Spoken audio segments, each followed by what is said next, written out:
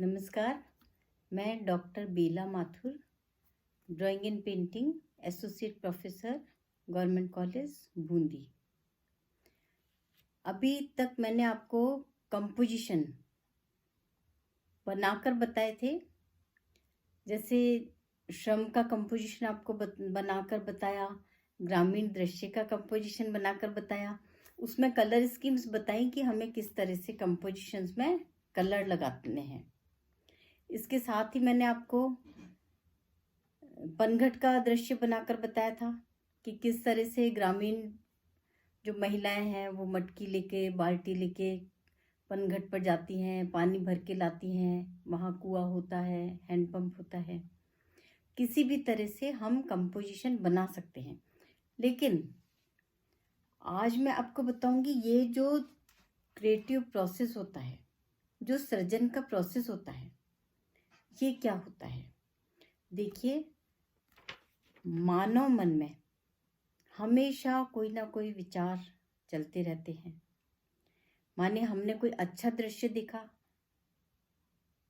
हम उस दृश्य को, वो दृश्य अच्छा बुरा कैसा भी हो सकता है, कोई भी दृश्य देखते हैं, अगर वो हमारे मस्तिष्क पर कोई प्रभाव डालता है और हम उस दृश्य को अपनी स्मृतियों में स्थायी रूप से जीवित रखना चाहते हैं, तो कलाकार कला के माध्यम से अपनी अभिव्यक्ति को, जो मनोभिव्यक्ति है, उसको किसी भी माध्यम से अभिव्यक्त करना चाहता है।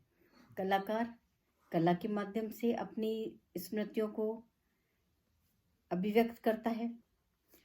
लेकिन ये सृजनात्मक प्रक्रिया क्या है, ये सृजन की प्रक्रिया क्या है, ये मैं आपको बताऊंगी। देखिए, सृजन का अर्थ होता है रचना या निर्माण करना। जो भी हमें चीज सुंदर लगती है, उस सौंदर्य अभिव्यक्ति को अपन रचनात्मक रूप से, सौंदर्यात्मक रूप से अभिव्यक्त करना चाहते हैं। उस स्मृतियों को चिरस्थायी रूप से जीवित रखना चाहते हैं। आदिम मनुष्य, जब मनुष्य जंगल में रहता था, कंदराओं में चित्र बनाता था, चट्टानों पर चित्र बनाता था, और कुछ उसके पास चित्र बनाने का साधन नहीं था, तो वो जमीन पर ही चित्र बनाता था। आपने देखा होगा कि जो छोटी छोटी चट्टानें वगैरह होती हैं, कंदराएं होती हैं, गुफाएं होती हैं, जमीन पर भी हमें चित्र देखने को मिलते हैं आदि मानव के, क्योंकि वो अपने मनोभावों को अभिव्यक्त तो करना जानता था, लेकिन उसके पास साधन नहीं थे। जो साधन थे उसी में अपनी कल्पनाओं को जीवित कर रखना चाहता था। जैसे जैसे मानव का विकास होता चला गया, तो कलाकृति में सृजन प्रक्रिया का आरंभ हुआ कि भाई कलाकृति कैसे बनती है। इसके लिए सबसे पहले चाहिए कि हमें किसी भी दृश्य को निरीक्षण करना चाहिए। आप गांव में, शहर में, कहीं भी घूमते हैं, आपको कोई दृश्य प्रभावित करता है, तो आप उसका निरीक्षण करिए अच्छी तरह, आगे पीछे, ऊपर नीचे से उस आप दृश्य को, या पर्टिकुलर कोई चीज है, 3D है, गोलाकार आकृति है, कुछ भी है, तो आप उसको चारों तरफ से पहले उसका निरीक्षण करिए। यानी देखने की प्रक्रिया, कोई भी चीज है तो हम उसको पहले देखते हैं कि ये ऑब्जर्व करते हैं कि ये चीज आखिर है क्या। ऑब्जर्व करने के बाद हम उसको अनुभूति लेते हैं कि ये चीज लचीली है, सॉलिड है, किस तरह की चीज है, तो हम उसकी अनुभूति करते हैं कि भाई ये चीज है क्या। अनुभूति, और उस चीज को हम ग्रहण करने की कोशिश करते हैं कि भाई ये शक्ति है क्या, इसमें सौंदर्य क्या है। तत्पश्चात हम उस चीज को देखने के बाद उसमें अपनी कल्पना का समावेश करते हैं। जब भी आप कोई चित्र बनाते हैं, पहले आप किसी दृश्य को देखते हैं, उसको आप आगे पीछे से अच्छे से देखेंगे, या वो दूरी पर स्थित है दृश्य, पास में है, दूर क्या चीज है, जो भी कुछ है वो हम अच्छी तरह देखते हैं। फिर हम उसको अनुभूति करते हैं उसकी। उसके बाद हम अपनी कल्पना शक्ति का उसमें समावेश करते हैं। देखिए, जो भी आप दृश्य देखते हैं, आप उसको जब 3D चीज को, यानी लंबाई चौड़ाई गोलाई सब है उसमें, उसको जब आप अपने लंबाई और चौड़ाई की, यानी जो हमारा पेपर है वो तो प्लेन है, वो 3D है नहीं, वो गोलाकार रूप में है नहीं, तो हम लंबाई चौड़ाई में उस चीज को 2D पेपर, जो हमारा जो पेपर होता है वो लंबाई चौड़ाई उसमें गोलाई होती नहीं है, उसमें किसी गोल चीज को या किसी भी दृश्य को हम बनाना चाहते हैं जो कि 3D दृश्य है, तो हम उसमें अपनी कल्पना शक्ति का समावेश करते हैं।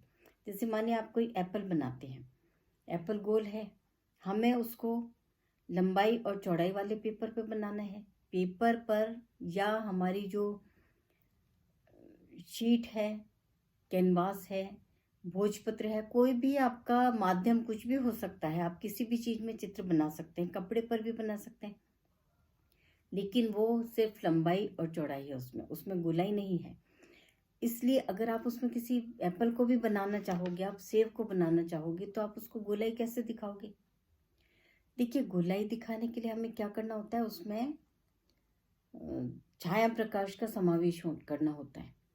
और छाया प्रकाश का समावेश हम कैसे करेंगे? हम उसमें पेंसिल से जहाँ डार्क है, जहाँ वो गोलाई दिख रही है, वहाँ हम उभार दिखाने के लिए वहाँ पे छाया लगाएंगे, और सामने जहाँ प्रकाश लगाएंगे जिससे कि वो उभरा हुआ दिखेगा, तो वो हम उसको गोलाकार रूप देंगे। इसी तरह से हम किसी भी चीज का जब सृजन करते हैं तो हम उसको सबसे पहले निरीक्षण करते हैं, देखते हैं, उसके बाद उसको अनुभूति करते हैं कि वो चीज क्या है, लचीली है, सॉलिड है, कैसी है, पत्थर की माफिक कड़क है। फिर हम उसमें अपनी कल्पना शक्ति का समावेश करते हैं कि उसमें हम छाया प्रकाश को कैसे दर्शाएंगे। तत्पश्चात हमारा जो क्रिएटिव प्रोसेस है, सृजन की जो प्रक्रिया है, क्रिएटिव प्रोसेस यानी जो हमारा सृजन की प्रक्रिया है, वो चीज आखिरी में प्रारंभ होती है। तो जो मैंने आपको कंपोजिशंस बनाकर बताए थे, उसमें भी मैंने आपको बनाकर बताया था कि किस तरह से हम 2D या 3D चीज को हमारे 2 डायमेंशनल वाले पेपर पर या 2 डायमेंशनल वाले कैनवास पर कर सकते हैं, क्योंकि उसमें लंबाई चौड़ाई है, लेकिन जो हम दृश्य बना रहे हैं वो 3D दृश्य है, उसमें गोलाई भी है, तो वो कैसे हम दर्शाएंगे?